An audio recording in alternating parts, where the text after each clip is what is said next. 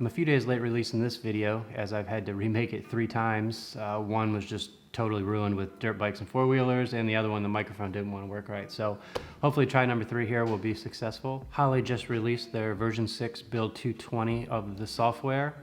And I want to start off by saying thank you to Holley for this release. There's a lot of really cool stuff in this that's going to save a tremendous amount of time. So let's jump into the laptop and I'll walk you through what some of the new changes are. We'll take a look at the biggest change in the software first. And if you followed my channel for any period of time, you might have seen a video I released titled something along the lines of my #1 complaint with Holley EFI software. And conveniently enough, this update addresses that. What's cool is not only did they address it and take care of what I kind of wanted and needed, but they also really stepped it up on how they did it, and they've created something that I haven't seen in any other software, which is really nice, and it's super functional, super useful, and again, it's going to save everybody a ton of time. Okay, if we look here, if we go to help, about Holley EFI, you'll see down here we're on version 6 build 220. That's obviously the newest version and what we're going to be covering here in this video. And I have just a Holley base map open right now. We go to the fuel tab. If you did not watch that other video, basically my primary complaint is that we could look here at the fuel table and we can look at the fuel graph, but we can't look at them at the same time. And the way I tune and the way I kind of feel everyone really should be tuning is if you're making any changes to the fuel table, you need to look at the fuel graph and make sure everything is nice and smooth and all that good stuff. The problem really becomes, it's easy enough to bounce back and forth to make sure that it's smooth, but the problem becomes when you're trying to make changes in particular areas, and then maybe like say you change it here, and then you go back over to the fuel graph, and then it's not exactly maybe where you want it to be or how you want it to look. Now you gotta go back and it doesn't stay highlighted, so you don't know where you were. And yes, this heat mapping and the coloring, it does help, and sometimes you can see what's going on a little bit, but it's not the same as being able to look at the two things side by side as you can in just about every other software.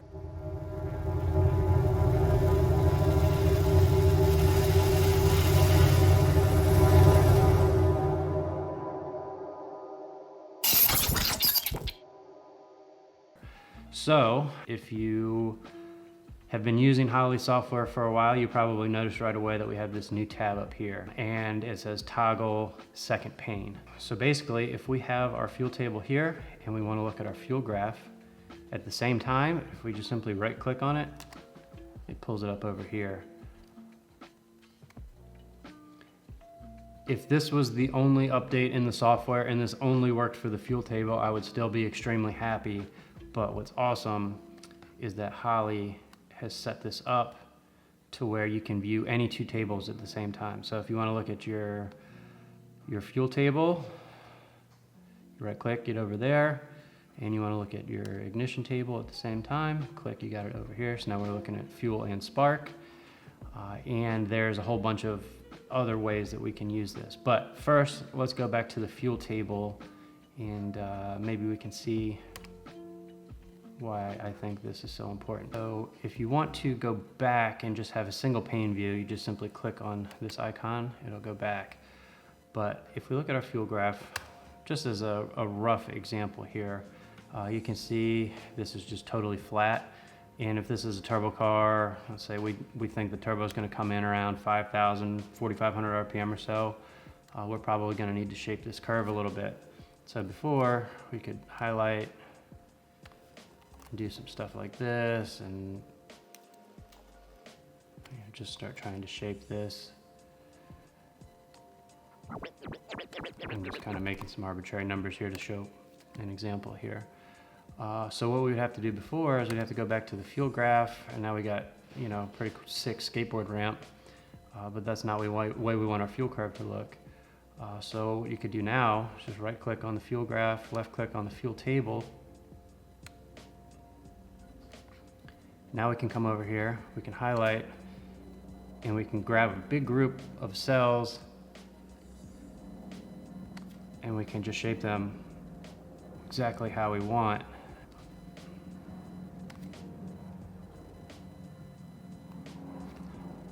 And you know, if you've been doing this for any period of time, you can probably already tell just how beneficial that this is going to be. It really is like massive time saver. Not being able to look at the fuel table and the fuel graph, for me, the first time that I used Holley, was almost a deal breaker. That's how strongly I feel about this stuff. And so now we can see we have this big, huge jump here. And I'm not making a real fuel table here. This is just for example, but now you can see you kind of start filling this in and just seeing what you need to do without having to toggle back and forth 50,000 times. So this is just huge. Probably one of the best parts of being able to just look at whatever two things that you want to side by side is that there's no right or wrong way to do this. Just whatever two things you may want to look at. You know, the sky's the limit. Use your imagination. If you want to look at boost control and traction control, or I don't know, just as another example here, we can go to ignition. So we can look at our rev limit. Then we can go over to our trans. We can look at our shift points here in relationship to this. Another one that's really helpful is some of these things can get really kind of annoying and redundant, clicking back and forth 1,000 times. Like I use tables for individual cylinder corrections, right, as opposed to just the fixed value. And previously you'd have to go in, make your changes, go back, and click on it again. It might not seem like that much or that big of a deal, but when you're doing this all day, every day, anything you can do to speed things up is huge. So now we can just go like this, go like this, go like this, or say you don't remember what cylinder 5 and cylinder 8 are doing and you have to keep kind of going back and forth. Before you'd have to be like, okay, pretend you got some numbers in here, like irrelevant numbers, but when you have different numbers in each cylinder, it gets a little, again, you'd have to kind of do this, and then you forget which cylinder you had the corrections in, and you got to go back. So now we can just, okay, we got 5 here. Let's see, I want to make similar changes, but not necessarily something I can copy and paste. We can open up, blow everything up because you push the wrong buttons. So you can open up 5 here, open up 7 here. Now you can look at the two side by side. It's just really awesome. Let's see, you can also, it can be very helpful for setting up inputs and outputs. Whether that's, you want to copy the way you have one table figured out. PWM. I have this over here, so then if you wanted to do the same thing with this,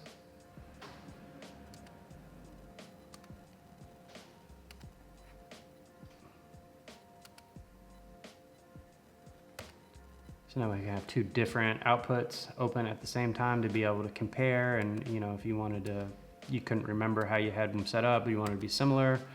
There's literally an infinite number of ways to use this. So this is a really, really cool feature.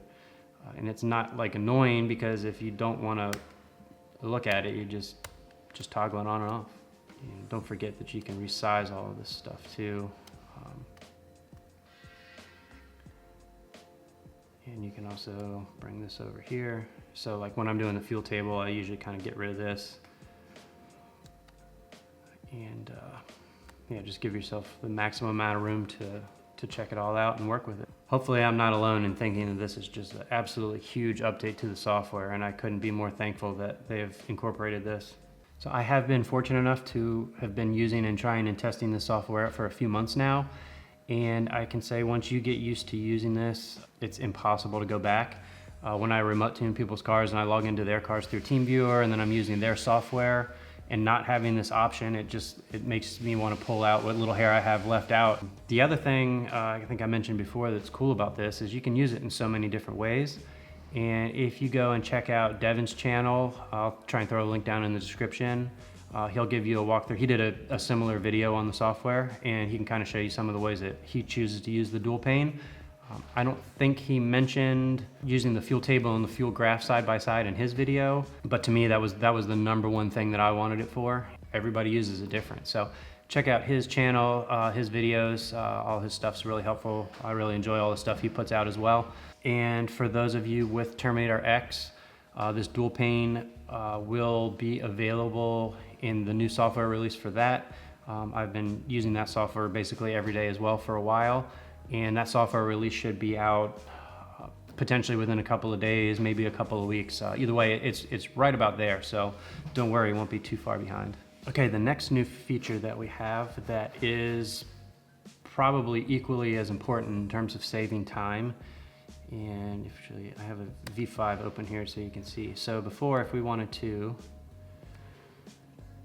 interpolate these values, we'd have to right click, go to fill row values.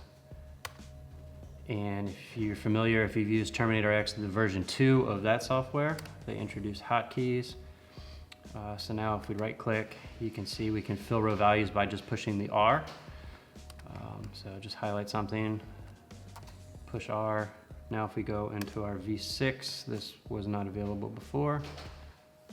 We can right click, and now we have hotkeys, which once you get used to using these, your workflow will speed up 300%. Actually kind of just now noticing that they left out the letter for some of these, but all of the other ones work. Like, so if we highlight this and we push O, this pops up, and then we can just, 0.96, take out 4%. When you're making hundreds of changes an hour on a car, this speeds up a ton of time. And I guess if you're not super familiar with what like interpolating these values is if you just do like 50 here, 100 here, rather than having to fill in all this stuff manually, if you just highlight it, we push C, now everything is blended together. And this works on all of your, like this is scaled pretty ridiculous. So if we put like -15 here, 30's fine. Highlight all of this, we push C. Now we have a much more usable axis here, or say you want to go to 8,000 here. Highlight all that, push R, now that all blends together. Or say you just wanted a whole bunch of resolution at higher RPM. Just grab that there, go over, push R, now this is all blended together. This saves so much time. So if you look through the folder, when you download any of the Holley software, there's always a PDF file that will show you the updates. You got to scroll through it a little bit to find the one that you're working with. So here's our version 6 build 220. And so the dual pane navigation we already covered. The open tune dialog, default, this is pretty cool as well. So if we go to file, open global file, the default, this is where it will take you to default, but let's say that you like to save all of your files in a folder on the desktop. So each time that you would go to open a file, then you'd have to go through the directory, you'd have to find the desktop, then you'd have to find your folder, and you'd have to do that each and every single time. So now if you just navigate to wherever it is that you're trying to go, and then just click on set current as default, and then it's going to open up to that folder each time. So again, depending on how deep you have your files in there, this can potentially save a whole bunch of time as well.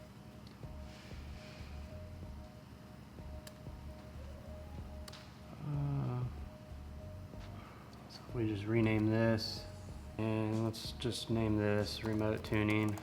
Okay, yeah, set current as default. Go to there, go to file, open global file. Now you can see up here at the top where our desktop remote tuning.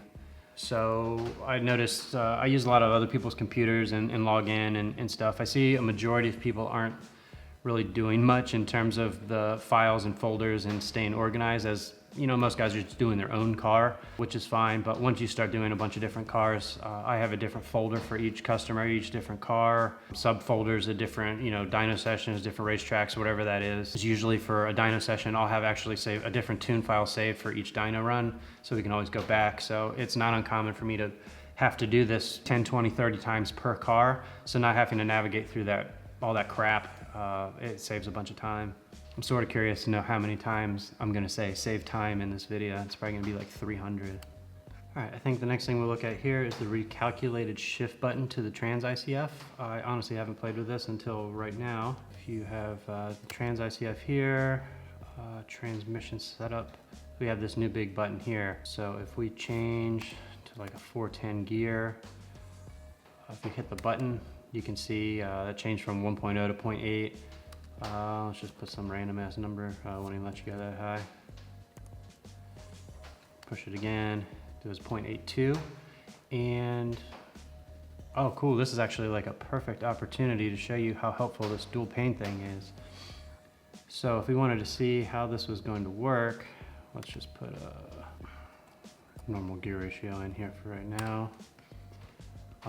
So before we'd have to go to shift parameters and we'd have to look at all this stuff and then go back and forth. So now if we want to look at both of these and watch this change real time, so hopefully this will work since I haven't tried this yet. So if we go to what, 330, apply this. Yeah, you can watch all the numbers change real time.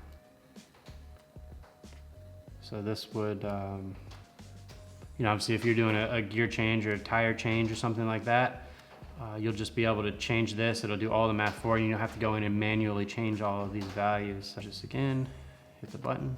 Yeah, you can watch all of that happen. So let's just add to the total. This is obviously something that's going to save everybody a whole bunch of time. All right, next thing we got here is added rife sensors to various drop downs. Generally with both the Terminator and the Holley EFI stuff, anytime there's a software update, there's usually new drop downs for sensor selections and things like that. So go to sensors, coolant temp. Yeah, here we go. Rife liquid, air temp. I got a couple different choices there. So that sure beats having to manually enter in all of the different scaling information. And you guessed it, it'll save a bunch of time. Oh, added missing tooth diagram to the custom ignition setup. This one's pretty cool.